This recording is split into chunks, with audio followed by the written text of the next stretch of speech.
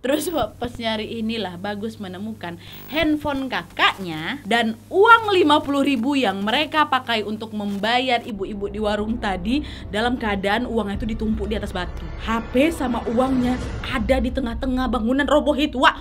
Hai, wassalamualaikum warahmatullahi wabarakatuh. Terima kasih sudah klik video ini. Oke, jadi di malam Jumat ini Nadia akan kembali menceritakan pengalaman-pengalaman horor dari Wawa semuanya. Dan sebelum aku mulai, seperti biasa aku mau ngucapin terima kasih banyak buat kalian yang sudah menyempatkan waktu untuk berbagi kisah horor kalian kepada kami supaya bisa kami tambah sebagai koleksi cerita horor kami, ya kan? Dan buat kalian yang nggak mau ketinggalan kisah Wawa sebelumnya, langsung aja nanti cus ke playlist aku. Ada tuh kisah horor Wawa dari part 1 sampai sekarang ya. Dan di malam ini aku akan kembali menceritakan 3 kisah horor yang nggak kalah epicnya lagi, Wak, dari cerita-cerita Wawa sebelumnya. Tonton ini sampai habis biar sama-sama kita merindingnya ya, jangan aku aja. Kalian nggak tahu cerita di balik ini kayak gimana. Betul lah deh? Betul. Oke, biar gak berlama-lama kita langsung masuk aja ke ceritanya. Check it out.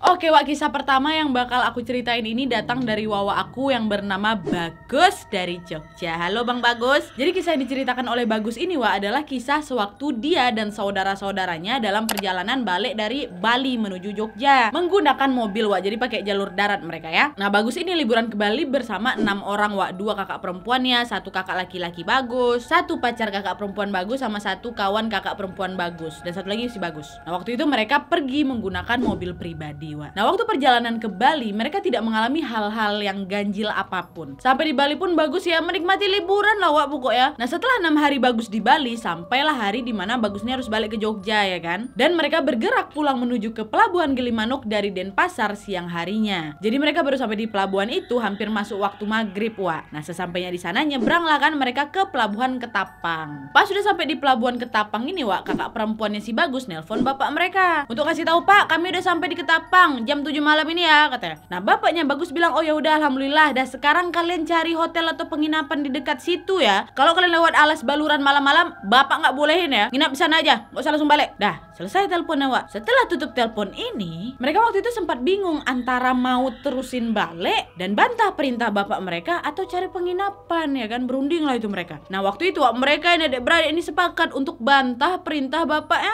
dan memutuskan untuk pulang karena memang kakak perempuan tertuanya Bagus ini harus pergi ke kantor besok sorenya gitu. Dalam mereka lanjut perjalanan ke Jogja kan dari Pelabuhan Ketapang itu melewati Alas Baluran namanya, Wak. Nah, pas masuk Alas Baluran, Bagus waktu itu duduk di paling belakang, Wak. Itu udah habis maghrib ya, udah lepas maghrib lah itu pasti. Waktu si Bagus duduk di belakang, dia sempat tuh ngeliat ada mobil tua berhenti pinggir jalan. Bagus liatin lah itu mobil tua kan sampai dibalikkan badan tuh tengokin aja terus. Nah, setelah diperhatikan, Wak, ternyata dalam mobil itu ibu-ibu semua. Dan ibu-ibu ini diam semua, badan gak gerak, mulutnya pun gak gerak, pandangan mereka ini kosong gitu ke depan. Dah, di saat itu, Wak, Bagus sempat nanya nih sama kakak-kakak, "Weh, kalian tengok gak tadi ada mobil tua di pinggiran itu?" Mereka semua jawab, "Iya, kami lihat," kata dia gitu. Tapi, Wak, kakak-kakak Bagusnya itu langsung bilang, "Paling cuma mobil mogok itunya, Dek," katanya kan. Dah lah tuh, beberapa menit kemudian, Wak, gantian Bagus yang nyupir mobil. Nah, di sampingnya si Bagus ada abangnya, kakak laki-laki Bagus kan. Dah lanjut lagi perjalanan. Masih di Alas Baluran ini, Wak, ya. Nah, pada saat itu, Wak, mereka bertemu mobil tua lagi. Tapi bukan yang dipakai ibu-ibu pinggiran tadi, Wak. Yang ibu-ibu tadi mobilnya tuh warna hijau. Dan yang di depan mereka warna mobilnya merah. Tuh banyak karatannya, Wak. Nah, mobil tersebut, Wak, jalannya pelan kali. Dan sesekali tuh kayak sengaja ngerem-ngerem tuh loh biar mereka ini nabrak dia atau nyuruh mereka ini jadi ikutan pelan juga gitu, ha. Nah, pada saat itu Bagus yang memang mau nyalip mobil bekarat ini sempat ragu, Wak, karena memang jalanannya banyak tikungan. Tapi karena beberapa kali mobil depan ini rese kan ngerem-ngerem sengaja, ya kesal lah si Bagus. Disalip sama dia, Wak, dan kakak laki-laki Bagus itu sempat tuh buka jendela miso-miso ngomong, "Weh, kata dia gitu. Pas lagi nyalip itu kan. Nah, tapi pada saat itu abangnya Bagus nih nggak ngelihat muka sopir tuh kayak gimana, enggak. Udah misuh aja gitu waktu nyalip itu kan. Udah lah tuh, kesalip lah si mobil merah, Wak. Lanjut lagi perjalanan mereka, ya kan. Nah, selama perjalanan ini, Wak, Bagus ini sempat ngerasa aneh. Karena dia ngerasa kok perjalanan ini lama kali ya untuk keluar dari Alas Baluran ini. Padahal sebelumnya tuh ya, pas perjalanan dari Jogja ke Bali nggak kerasa lama sama sekali. Tuh udah keluar aja. Ini nggak kok lama kali, kok kita nggak keluar-keluar dari Alas Baluran. Sempat tersiruk sama dia. Dan pada saat itu sekitar 1 jam mereka nggak ketemu juga pengendara lain. Cuma mereka lah satu-satunya di situ. Sampai akhirnya nggak lama kemudian, Wak, mereka ngeliat lagi si mobil merah yang bekarat tadi tuh ada di depan mereka. Bingung lah si Bagus kan. "Loh, tadi kan kau udah aku salip. Dan Bagus juga yakin mobil itu nggak pernah nyalip dia lagi. Dan kalau dipikir-pikir juga sama si Bagus nih ya, harusnya mobil itu udah ketinggalan jauh kali lah. Orang jalannya juga pelan-pelan kali ya kan. Nanyalah si Bagus ke abangnya, "Weh bang, itu mobil yang bekarat tadi yang kita salip kan?" Iya ya dek, katanya. "Kok dia bisa di depan kita bang? Ada bang tengok dia nyalip tadi?" "Nggak ada." "Wih dek, coba aku salip dah. Penasaran aku nengok supir ya," kata abangnya. "Dah lah itu." "Iya bang ya, aku salip nih bang ya." Salip wak sama si Bagus pelan-pelan ini, nggak ngebut, pelan-pelan kan dari kanan. Set. Karena Bagus sama abangnya pengen nengok nih siapa yang bawa mobil ini gitu. Nah di saat lagi nyalip ini lawak kan, mereka sama-sama melihat ke sebelah kiri untuk ngelihat siapa sopir mobil tersebut ya kan. Dan pada saat itu Wak, mereka ngelihat si sopir tersebut menatap balik ke mereka dengan senyum lebar. Senyum lebar nih Wak ya, yang sampai kayak pipi robek tuh loh. Dan sopir itu tinggi Wak, tinggi sampai atap mobil tuh nggak cukup. Jadi bisa kalian bayangin kan, dia tinggi kali, atap mobilnya nggak cukup. Jadi dia bawa mobilnya kayak mana? Bungkuk. Jadi kayak ini nih, praktek kan nih As. Kau tengokin aku, icak-icaknya aku bawa mobil. Dia tinggi, segini. Terus dia ngadep ini. Ya. Gitu. Ya Allah. Ade bisa kau bayangin gak sih deh? Kau jangan nyalip-nyalip mobil bekarat kau ya. Gimana mobil tua lama gitu. Astagfirullah. Abang gak terkejut si Bagus sama kakak nengok itu. Nah si abangnya si Bagus ini misuh lagi Wak, teriak. Kata dia gitu, "Salib deh, cepat deh, ngebut deh," kata dia kayak gitu kan. Nah karena kakak Bagus ini misuhnya keras sekali, teriak dia kan, 4 orang di belakang semua tuh bangun Wak. Nanya nih, "Woi kenapa kalian marah-marah ini?" Tapi Bagus sama abangnya gak mau jawab. Diam, mereka shock dia. Gak mungkin manusia kayak gitu ya kan. Nah dan nih Wak ya, setelah beberapa menit melanjutkan perjalanan, mereka ngelihat ada warung Wak. Dan mereka pun memutuskan untuk beristirahat sebentar di warung itu. Sekalian si Bagas sama abangnya kan mau nenangin diri bentar gitu kan. Nah di saat mereka berhenti di warung, mereka bertemu lah dengan yang jaga warung tersebut. Ada ibu-ibu sama anaknya. Nah Bagus sama beberapa kakaknya turun dari mobil buat ngopi. Dan ada juga beberapa yang milih untuk tidur di mobil aja. Nah selama si Bagus ini ngopi Wak, dia masih ngebayang itu muka si sopir mobil bekarat tuh. Shock lah Wak, kalian lah pula jadi Bagus. Nah terus nih Wak, selang beberapa menit mereka duduk di warung tersebut, tiba-tiba ada satu mobil datang dan berhenti tepat di sebelah yang mobil si Bagus. Bukan mobil tadi lagi, mobil lain. Nah pengendara mobil yang baru datang ini dibuka kacanya, kaca mobilnya kan. Dia nanya, "Kenapa mas? Ada yang bisa saya bantu?" kata bapak-bapak itu. Nah Bagus jawab, "Nggak apa-apa pak." Bingung juga mereka, orang kami lagi duduk di warung kok malah nanya kenapa. Dah lah tuh, pergilah si bapak bawa mobil ini kan, lanjut perjalanan. Nah setelah sekitar setengah jam berlalu Wak, di warung tersebut, mereka pun memutuskan untuk ya udah melanjutkan perjalanan, mau balik ya kan. Nah di saat ini kakak perempuan Bagus mau bayar makanan sama minuman mereka yang udah dibeli di warung itu. Bu, bayar bu. "Bu, ibu bayar." Tapi pas dipanggil-panggil itu ibu tuh gak keluar Wak. Dan suasana warung itu tiba-tiba sepi kali. Bingung sih kakak Bagus ini kan, mana lah ibunya. Udahlah, bayar aja lah gitu. Sampai akhirnya itu kakak si Bagus ini ngeluarin duit 50.000, ditaruhnya di meja. Biarlah lebih-lebih lah, hitung-hitung sedekah gitu kan. Dah ditaruhlah itu Wak ya, duit 50.000 itu atas meja kan. Dan mereka masuk mobil semua melanjutkan perjalanan pulang. Nah setelah mereka udah jalan nih beberapa menit, nah kakak perempuannya Bagus tuh baru sadar, kok handphone aku gak ada di mobil ini. Barulah dia ingat HP dia ketinggalan di warung tadi. Akhirnya muter balik lah mereka ini, mau nyamperin warung itu tadi. Nah di saat ini Wak, mereka nggak nemu warungnya. Akhirnya sama si pacar kakaknya, HP tuh kayak dilacak gitu loh. Nggak tahu si Bagus ini tadi dia mungkin pakai Google, pakai apa nggak ngerti juga aku. Yang jelas Wak, pada saat dilacak dapatlah itu mereka lokasi si HP itu di mana. Mereka ikuti rutenya kan, ikuti dan sampai akhirnya Wak, mereka berhenti di depan sebuah bangunan yang udah roboh. Bingung lah mereka ini kan Wak ya, kok bisa sampai di bangunan ini apa ya? Padahal jelas tadi mereka nggak ada lihat bangunan ini gitu loh. Mereka cuma lihat dan duduk di warung, ya kan? Kenapa handphone kok bisa nyasar ke bangunan roboh? Nah di tengah kebingungan ini Wak, Bagus sama kakak laki-lakinya pun turun buat nyariin HP itu kan, dengan ngikutin rute yang ditunjukkan sama si alat pelacak itu Wak. Terus Wak, pas nyari inilah Bagus menemukan handphone kakaknya dan uang 50.000 yang mereka pakai untuk membayar ibu-ibu di warung tadi dalam keadaan uangnya itu ditumpuk di atas batu. HP sama uangnya ada di tengah-tengah bangunan roboh itu Wak. Ini ngalamin gak satu orang Wak ya, ramai adik beradik si Bagus ini ya. Oh gimana lagi ya kan, yang penting handphonenya ketemu. Mereka langsung ambil handphone sama uangnya Wak, langsung balik masuk dalam mobil. Nah di saat inilah mereka yakin bahwa tadi mereka berhenti di bangunan roboh itu. Dan pantas saja Wak, ada orang yang berhenti nanyain keadaan mereka tuh, ngapa kok berhenti tengah-tengah bangunan roboh gitu. Kayak ingat kan kalian ada bapak-bapak yang nyamperin mereka buka kaca jendela tuh. Nah itulah. Dan setelah kejadian ini Abang Bagus pun langsung minta semuanya untuk berdoa. Bagus juga langsung nelpon bapaknya kan, "Pak, kami diiseng gini nih Pak." "Oh tetap balik?" "Tetap Pak, maaf ya Pak, maafin kami. Si kakak soalnya besok kerja Pak, kami nggak bisa nunda nginap di sini." Alah kata bapak, ya udahlah, bapaknya bantu lah Wak. Karena memang bapaknya si Bagus ini bisa lah mengatasi hal-hal kayak gitu kan. Nah setelahnya dah masuk semua dalam mobil, gak ada lagi gangguan atau kejanggalan. Alhamdulillah semua aman sampai di Jogja, walaupun gak sesuai target awal. Handphone dapat, uang 50.000 tadi pun dapat balik ya kan. Pengalaman horor pun dapat mereka. Dan Bagus pun bilang sama kita semua, pelajaran yang bisa diambil dari pengalaman dia ini cuma satu, jangan bantah omongan orang tua. Ya, udah aku bilang jangan balik kau. Nampak itu semua kata bapak. Itulah jangan bantah omongan orang tua Wak ya. Astagfirullahaladzim.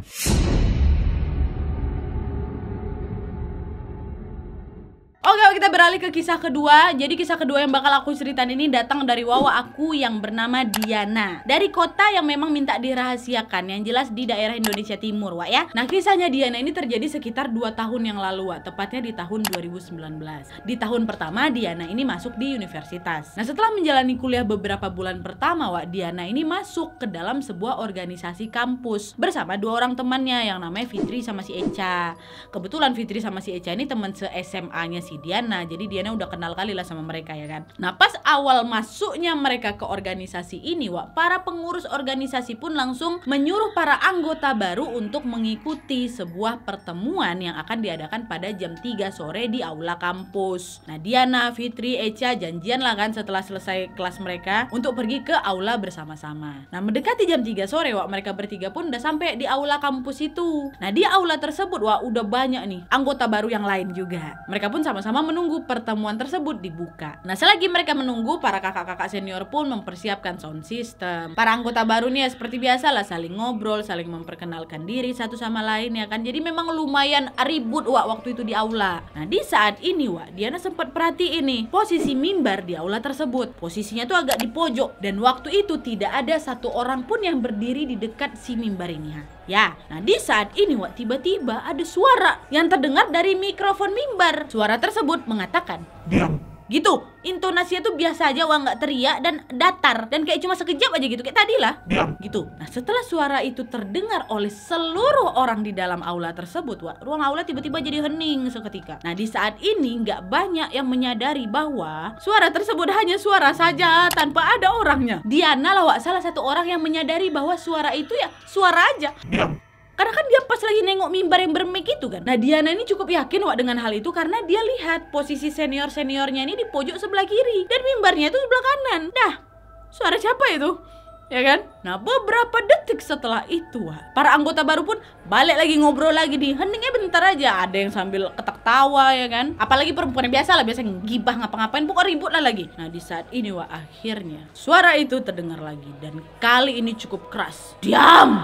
Gitu. Dengar lagi nih, ya kan? Ruangan aula waktu itu hening lagi nih seketika. Tapi kali ini semua langsung lari berhamburan keluar Wak, karena semuanya baru sadar bahwa suara itu hanya suara saja, nggak ada wujudnya kan. Setelah semua pada keluar Wak, para anggota baru ini pun langsung ditenangin lagi kan sama kakak-kakak seniornya. "Dah tenang ya semua adik-adik, tenang, kita ada beramai-ramai di sini baca doa, semoga nggak kenapa-napa," kata dia kan. Dan mereka diarahkan lagi lah ini balik masuk lagi kan, dan diingatkan pastinya kalian nggak boleh ribut kayak tadi ya katanya. Dah, setelah itu pertemuan pun langsunglah berlangsung aman dan gak ada lagi suara teriakan itu Wak, sampai selesai. Nah terus Wak, beberapa hari kemudian si Diana, Fitri sama si Echa ini diberitahu bahwa organisasi mereka akan melakukan pertemuan lagi di aula yang sama di jam yang sama juga. Diana, Fitri, Echa pun janjian lagi lah untuk sama-sama ke sana. Nah singkat cerita Wak, sedang dalam pertemuan, udah mulai nih ya pertemuannya. Ketua dari organisasi pun sedang menyampaikan sepatah dua patah kata lah di situ. Nah di saat ini Wak, tiba-tiba Diana ngelihat ada cewek berambut panjang, atasannya putih, dia pakai rok hitam dan gak pakai sepatu. Gak bawa tas juga, Wak. By the way, Wak, mereka ini memang diperbolehkan masuk ke dalam aula pakai sepatu ya, atau nggak usah lepas alas kaki. Jadi langsung masuk aja. Nah, pada saat itu yang dilihat Diana ada cewek nggak pakai sepatu. Dia tengok cewek itu kan. Nah, cewek itu berjalan, Wak, menuju ke pintu keluar. Udah gitu tatapan cewek ini lurus kali, Wak, kelihatan kayak nggak sopan lah gitu. Main ngelengos aja, tapi sambil lundukin kepala. Nah, dalam hati si Diana ini dia ngedumel, Wak, ini anak ini kok nggak ada sopan santunnya ya, orang lagi pidato kok malah main nyelonong lengos tanpa permisi kayak gitu, kata si Diana, Wak. Terus Diana ini bilang lah ke si Fitri yang duduk samping dia kan, Wak, tengok tuh. Dia tengok tuh cewek yang lagi dia lihat tadi tuh, kok dia main nyelonong aja ya. Nah, Fitri waktu itu langsung lihat ke Diana kan. Teran-teran dia waktu bengong. Orang siapa nih Diana? Perasaan gak ada yang lewat barusan loh. Terus Diana bilang, itu loh tadi ada cewek yang lewat depan kita pakai atasan putih rok hitam, gak nengok gak? Fitri makin bingung, dia ngomong lah, orang dari tadi aku tengok ke depan kok, aku tengok si kakak itu lagi ngomong, gak ada aku tengok satu orang pun lewat di depan, kata si Fitri. Apalagi yang aku tunjuk tadi gak ada orang toko. Nah, mendengar perkataan si Fitri, Wak, Diana malah jadi ikutan bingung juga. Dia pun akhirnya memilih untuk diam saja. Oh, udahlah tuh mungkin perasaan aku aja ya, tapi kok sejelas itu ya. Udah, akhirnya setelah pertemuan ini, Wak, Diana, Fitri sama si Echa ini memutuskan untuk gabunglah dengan senior-senior mereka untuk ya ngobrol-ngobrol santai dulu lah bersama mereka sebelum balik. Nah, nggak lama setelahnya, Wak, Echa dijemput.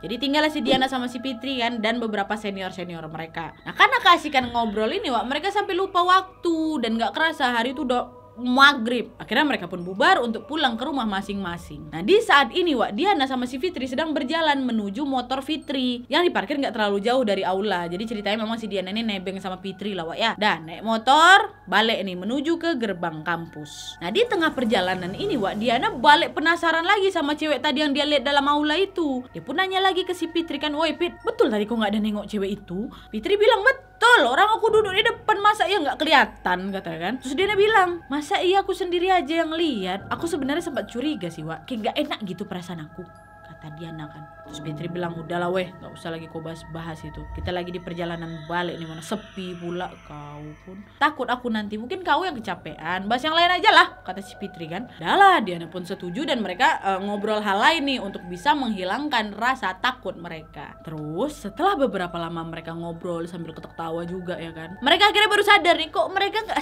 sampai di gerbang kampus. Kok malah muter-muter aja kita dalam lingkungan kampus ini, Fitri. Mereka udah ada kali, Wak, 3 kali lewat aula-aula itu aja. Dan FYI juga nih, Wak, ya, kampus Diana ini memang kampus terbesar di kotanya. Jadi memang luas sekali dan mereka cuma diputar-putarin di depan aula itu terus 3 kali. Nah, pas sadar ini, Wak, Diana akhirnya bilang nih ke Fitri, "Fit, kita dari tadi nggak nyampe-nyampe ya di depan, kayak di sini-sini aja ya nggak sih?" Nah, si Fitri juga udah diam dari tadi, kayak udah duluan sadar gitu dan kebingungan sebenarnya. Tapi dia nggak mau bilang sama si Diana, mungkin takut lah suasananya kan. Jadi mereka kayak ke bawah horornya gitu loh. Dan selama muter-muter di situ aja, Wak, dalam hati si Diana ini yang dia takutkan apa? Jangan sampai bensin motornya habis. Karena selama muter-muter itu mereka nggak nemu satu orang pun, Wak, nggak ada, betul-betul sepi. Nah, setelah mencari-cari lagi tuh pintu gerbangnya, Diana sempat nyerah, Wak, nangis dari situ. Untung ditenangin sama si Fitri. Nangis si Diana, aku pun mungkin nangis di situ. Karena Diana yang memang sangat-sangat takut, akhirnya si Fitri ini memutuskan untuk berhenti di bawah lampu penerangan jalan dan nyuruh Diana untuk sama-sama berdoa. Semoga mereka diberikan jalan untuk bisa kembali ke rumah dengan selamat. Udahlah Diana, kok jangan nangis, nanti aku nangis juga. Mending kita doa aja sekarang, yuk.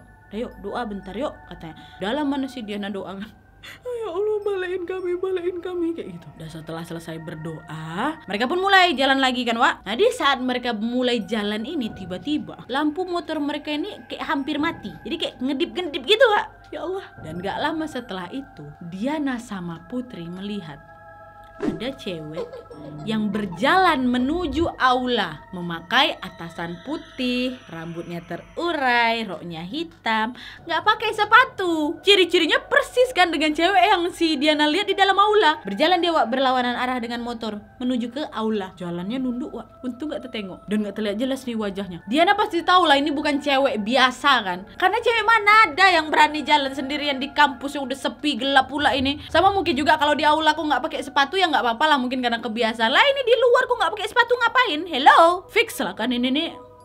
Nah, dalam hati Diana pun dia bilang, "Udah ya, sampai di sini aja ya kau, jangan ganggu lagi." Dan betul, Wak, nggak lama kemudian barulah mereka menemukan pintu gerbang kampus. Alhamdulillah di situ Diana dan Fitri langsung lega. Aku yang cerita ini aja juga ikutan lega.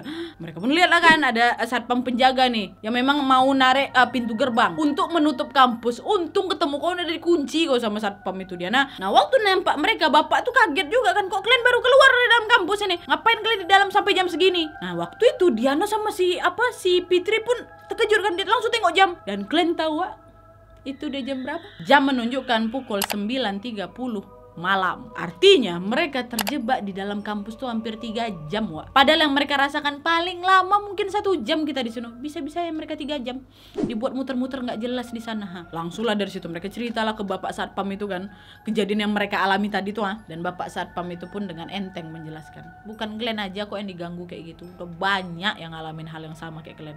Pernah tuh ada dosen yang juga dikerjain sama si cewek itu. Dan sekarang balik kalian, hati-hati di jalan, jangan lupa berdoa. Nah terus waktu sampai di rumah si Diana, baru di situ tuh si Diana ini bilang sama Fitri, "Woi Pit, biar kau tahu cewek yang kita tengok tadi tuh cewek yang aku tengok di aula itulah." Nah itulah makanya aku nggak tengok kan Diana, orang yang kau tengok itu hantu. Barulah dari situ si Fitri percaya sama kata-kata si Diana itu. Karena kan ciri-ciri yang dia tengok waktu dia sebutkan di aula sama dengan apa yang dia tengok di luar aula kan. Setelah kejadian itu juga kondisi si Diana sama si Fitri drop. Bahkan mereka nggak bisa mengikuti perkuliahan selama seminggu. Sakit langsung. Kampus mana Nat? Gak tahu, aku nggak mau kasih tahu sama kalian. Kok di Indonesia Timur lah untung dia nggak nebeng ya, tarik 3 itu nanti di motor coy. Kisah yang menegangkan. Biar kalian tahu waktu aku menceritakan kisah ini. Ada suara gitu. Nggak usah cerita kau nak, cerita si kakak yang terakhir ini aja. Oke.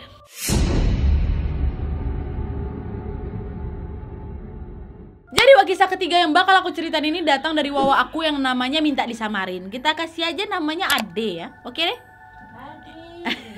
Jadi kisah yang diceritain Ade ini adalah kisah yang Ade alami berturut-turut dalam bulan Agustus 2018 waktu si Ade ini mondok di salah satu pesantren di Kalimantan Timur. Nah keadaan pondok pesantrennya si Ade ini termasuk standar katanya. Bahkan banyak kurang fasilitasnya, termasuk perairan yang kurang bersih dan kamar yang kurang memadai Nah bentukan asramanya itu kayak gini dia ada 4 lantai. Lantai 1 ini UKS, lantai 2 sampai lantai 3 kamar siswi, lantai 4 itu untuk jemuran pakaian. Ya, jadi pondoknya ini modelan biasa gitu tapi nggak tahu kenapa tetap menjadi favorit di kalangan orang-orang yang mau mondok di sana. Nah hari ketiga di pondok si Ade udah dapat kawan namanya Nabila, cak-icaknya. Nabila ini duluan mondok di pondok tersebut. Kemana-mana mereka selalu bareng mandi, makan, jalan, dihukum, bahkan sampai dipitnah juga bareng kata si Ade. Sedekat itulah pokoknya mereka. Nah selama di pondok ini Ade belum pernah nih nyuci baju karena nggak ada mesin cuci kan di sana, dan Ade juga nggak tahu nih cara nyuci pakai tangan. Akhirnya sama Nabila diajarin lah itu nyuci pakai tangan ya kan. Setelah nyuci, Ade sama Nabila ini pun pergi ke lantai 4 untuk ngejemur cucian mereka. Nah di lantai 4 ini sepi kali Ternyata waktu itu cuma Ade sama Nabila aja yang mau ngejemur. Tapi udah banyak sebenarnya jemuran siswi-siswi lain. Dan tali jemuran yang kosong itu tinggal sedikit. Jadi Nabila ini kebagian di bagian depan, sedangkan si Ade kebagian tempat jemuran di bagian belakang. Nah jemuran bagian belakang ini ngadap ke Bukit Hantu. Memang Bukit Hantu namanya dinamain kayak gini karena kalau kata si Ade karena pembangunan pondok itu jin yang ada di hutan tanah pondok itu dipindahkan ke bukit itu, jadi bilang itu Bukit Hantu. Udah lah nih kan, Ade di belakang, si Diana pula, Nabila di depan. Nah sewaktu si Ade lagi ngejemur ini dia ngerasa kok kayak lama kali, kayak nggak habis-habis gitu loh jemuran dia. Kok nggak habis-habis, masih ada aja jemuran aku ini. Nah terus di saat ini loh tiba-tiba ada yang narik jilbab Ade bukan jangkut, bukan kayak ketiup angin ya, kayak ditarik, betul-betul ditarik sampai ini rambut si Ade itu kelihatan. Ade waktu itu sempat mikir nih si Nabila ini kerjaannya nih. Terus Ade nengok lah ke belakang, nggak ada orang. Malah si Ade ngeliat si Nabila yang masih meras jemurannya di depan. Terus Ade tengok nih ke sekitar kan, dia ngecek lagi nih, tak mungkin dijailin sama kawan-kawannya pakai gimana. Nggak ada jalan kosong. Langsung lah si Ade tinggalin jemuran dia, kabur dia ke si Nabila. Diceritain semua, si Nabila takut, turunlah akhirnya mereka ke bawah ya kan. Nah beberapa waktu setelah kejadian itu Nabila ini sempat pula cerita tentang pojok tempat si Ade ngejemur itu. Jadi kejadian si Ade ini bukan yang pertama kalinya Jadi ceritanya pada tahun 2016 waktu liburan semester, asrama kan kosong, dan anak ceweknya penjaga sekolah itu, kita sebutnya namanya Inar ya, tiap menjelang pagi dan menjelang maghrib selalu ngontrol asrama. dan mati nyalakan lampu di sana. Nah suatu hari si Ina ini ngajak ponakannya yang masih umur 2 tahun untuk ngelakuin rutinitasnya lah gitu. Dia nyalain lah kan lampu dari lantai 1 sampai lantai 4. Dia juga ngontrol ruangan, dia ngunci pintu jendela. Pokok buat kegiatan dia lah seperti biasa, dikawanin sama ponakan dia itu ya. Nah di lantai 4 itu kan luas sekali itu tempat jemuran itu. Ponakannya akhirnya lari lah sana sini kan. Dan tiba-tiba ponakannya berhenti di bagian belakang jemuran. Di tempat ade lagi ngejemur tuh berhenti dia. Tiba-tiba si ade ini natap barisan tandon di situ sambil marah-marah sama nangis. Disamperin lah sama si Inar kan. Ngapa kau dek? Ngapa kau? Kata. Teriak ponakan teriak sambil nunjuk-nunjuk ke arah tandon tuh. Hantu, seram, tadet kata. Nggak pakai bak bibu lagi, langsung lah Inar gendong ponakannya turun dia ke bawah. Dan selama turun ke bawah ini si ponakan tuh tetap nunjuk-nunjuk ke belakang sambil teriak hal yang sama juga. Ini bagi takut lah si Inar kan, karena Inar mikir pasti mereka diikutin sampai bawah ini. FYI juga nih ponakannya kalau lihat sejenis pocong atau kuntilanak itu nggak takut ya. Dia malah takut kalau ngeliatin yang besar, hitam, yang berdarah-darah, yang bentuknya aneh, pasti dia takut. Pocong kuntilanak biasa nggak takut, dia diajak main mungkin. Coy. Nah jadi dari cerita ini Ade sama Nabila sadar kalau ada sesuatu yang nggak beres di pojok jemuran tempat Ade ngejemur itu mungkin terdodok deh di sana ya kan. Nah terus ada lagi nih cerita pengalaman Ade yang terjadi di WC bawah masjid. Nah pengalaman inilah yang akhirnya bikin Ade ini pulang ke rumah nggak mau mondok lagi Nah sebelum kita masuk ke ceritanya, Ade sempat ngasih tahu kalau di kamar mandi pondoknya itu ada beberapa peraturan yang harus diikutin. Peraturannya yang pertama nggak boleh mandi di atas jam 6 sore. Yang kedua nggak boleh nyanyi di kamar mandi. Yang ketiga tidak boleh, mohon maaf ya, nggak boleh telanjang bulat atau tanpa busana sama sekali pada saat mandi. Ini agak susah nih, kayak mana mandi nggak begitu ya, tapi itu pula peraturannya Terus yang keempat nggak boleh berlama-lama di kamar mandi. Yang kelima doa masuk dan keluar jangan lupa. Terus yang terakhir wudhu lah setelah mandi.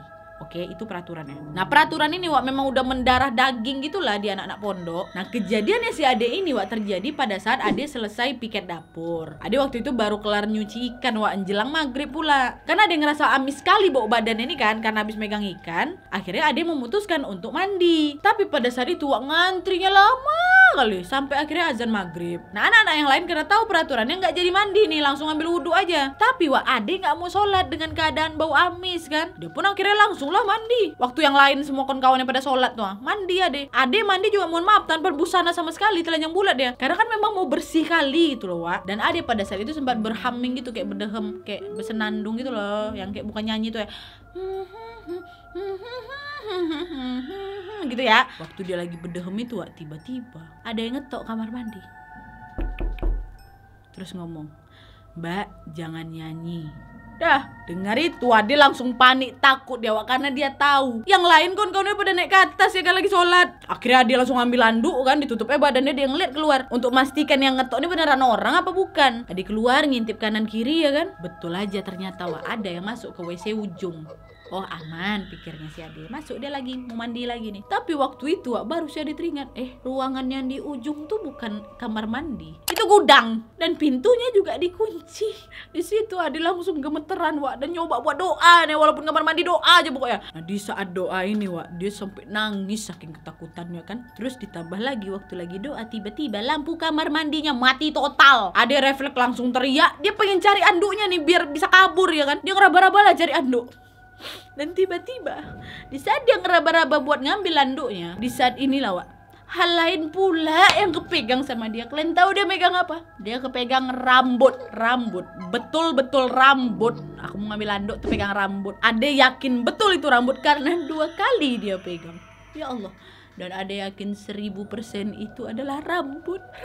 Akhirnya Ade langsung loncat keluar dan gak lagi dia cari lagi anduk atau. Dan gak lama kemudian ada mbak-mbak yang masuk ke WC dengan panik karena memang suaranya Ade ini sampai luar waktu dia teriak itu. Ini mbak-mbak betulan kawan dia, langsung lah diandukin sama mbaknya kan, ditenangin sama mbak-mbaknya ini. Ade pakai baju diantar ke kamarnya. Di situ Ade nangis sampai mau tidur Shock, dia megang rambut cuy. Nah udah ada ceritanya enggak, masih panjang lagi terornya si Ade ini 3 hari setelah kejadian itu Ade udah mulai agak tenang lah gitu Dia pun masuk kelas malam. Nah di saat itu Ade sempat ngelamun nih sambil nengok kawan dia. Ade ngeliat kawan aku tuh kok makin lama makin cantik ya dari biasanya. Ade ngomong dalam hati itu ya. Nah terus teman Ade yang Ade lihat ini tiba-tiba lihat ke arah Ade. Tapi dia ngeluarin lidahnya sampai ke bawah jilbab, matanya kayak mau keluar tuh. Terus si Ade dengar dia ketawa. Ya Allah, lidahnya sampai bawah jilbab, Wak. Matanya melotot. Coy. Ade jangan gitu ya, Ade, coy. Panik lah langsung si Ade ini kan, dia teriak lagi sekejang-kencangnya, dia nangis lagi, dia langsung lari keluar kelas. Kawan-kawannya si Ade nengok kayak gitu ikutan lari lah, takut juga semua ya kan. Langsung lah mereka nanya ke Ade, kenapa kau? Ade langsung teriak, kau ya? Dia nunjuk kawan yang tadi bilang cantik tuh. Siapa kau? Kau bukan kau. Kau bukan siapa? Fulan. Bukan. Tadi aku nengok lidahku tuh juga pokoknya gitulah. Histeris ya Ade kan. Datanglah guru langsung nyuruh si Ade ini dibawa ke kamar, dikasih minum buat ditenangin. Nah, kawan dia nggak tahu apa-apa itu terkejut juga ngapa aku. Nah, itu lagi kan, Wak. Terus nih puncaknya hal yang dialami Ade adalah beberapa hari setelah kejadian barusan tadi. Waktu itu Wak, Ade sama si Nabila ini OTW ke asrama setelah sholat isya buat ambil buku materi kelas malam. Nah, Ade sama Nabila ini lewat rumah kosong dekat asrama mereka. Mereka udah biasa lewat situ, bahkan subuh pun mereka biasa lewat sana. Nah, nggak tahu kenapa waktu itu Ade ini malah nengok ke rumah itu. Biasa-biasanya dia lewat, ngelengok, entah kenapa dia pengen nengok ke rumah itu. Dan pada saat itu tiba-tiba Ade ngelihat ada orang ruku di dalam rumah itu. Dan entah kenapa lagi Ade ini malah pengen mendekat ke orang itu.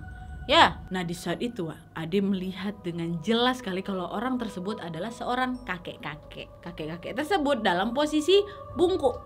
Ya, Ade samperin. Gak lama setelah itu, kakek-kakek ini langsung menghadap ke depan Ade dan bilang, "Apa?"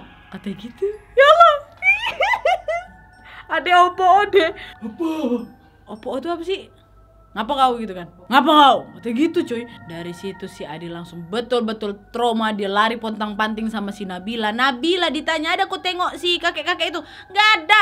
Tidak ada. Ade langsung nelpon orang tuanya. Dia cerita semua-semuanya. Ibu bapak jemput aku nggak mau lagi mondok di sini. Dia ceritain semua-semuanya. Dia minta jemput langsung. Dan biar kalian tahu kata si Ade, pada saat dia lagi berbagi cerita ini kan, dia ngetik buat kita ini, tiba-tiba gelas di depan dia jatuh dengan sendirinya. Ya. Dan aku juga mengalaminya, tapi bukan gelas yang jatuh. Pada saat aku sudah selesai membaca ulang ceritanya Ade, siap-siap mau syuting ini kan, ada sesuatu yang mau kutambahkan memang, bagian closing. Tiba-tiba ada suara, Wak.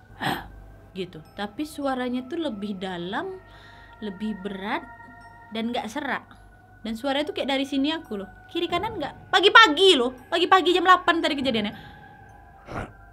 Aku pikir suaraku, karena suaranya dari sini. Wah, kayak dari sini ha. Aku coba nggak gitu suaranya. Lagian ngapain aku juga kayak gitu. Itulah kenapa aku syuting ditemenin Ade betulan ini. Ya Ade ya? Baik, Bu. Udah lama dia nggak ngawanin aku syuting. Takut aku kalian pikir nggak ada cobaan kami membacakan cerita horor kalian. Ada sayang. Ya kayak gini-gini lah. Katanya kalau dibahas kadang Wawa tuh datang, Wak. Wawa tuh datang pula. Ya mereka tuh datang katanya. Ya nggak? Kalian pikir ada berapa banyak Wawa yang datang kalau aku ceritain cerita ini? Ada 3.000 cerita horor. Coy, itu sih kalau aku sih percaya kayak gitu. Kalian percaya juga gak sih kayak gitu cuy? Dan anyway, itu dia tadi kisah horor Wawa part 14 kali ini ya kan. Seram kali kan Wak? Dari 3 cerita tadi yang mana paling epic menurut kalian? Kalau menurut kau mana ya? Semuanya lah, karena kan pasti aku akan mengangkat cerita-cerita yang aku anggap epic kali, ya kan? Jadi buat kalian yang juga gak mau kalah menceritakan pengalaman-pengalaman horor kalian, kan boleh langsung email aja Wak, di email di bawah dengan subjek kisah hororku. Dan sekali lagi aku ingetin, gak usah di DM Instagram Wak ya, di email aja, karena takut nanti nggak terbaca sama aku di DM itu, tenggelam, karena DM aku kadang-kadang belayar dia Titanic. Ya, di email aja. Oke Wak, jadi sekian dulu videonya. Terima kasih banyak ya sudah menonton. Kalau kalian suka video ini, klik like-nya. Jangan lupa komen di bawah untuk ide dan saran-saran untuk video selanjutnya. Jangan lupa nyalain notifikasinya supaya kalian tahu kalau aku upload video baru. And as always, jangan lupa untuk klik tombol subscribe supaya kalian sama-sama tahu informasi menarik dan menegangkan dari channel aku. See you next video Wak. Bye. Nah, selesai. Coy. Gitu ya? Gak serak dia deh. Itu serak. Aduh sakit perut. Gitu. Sini. Suara. Coy. Coy. Bah. Balik. Balik.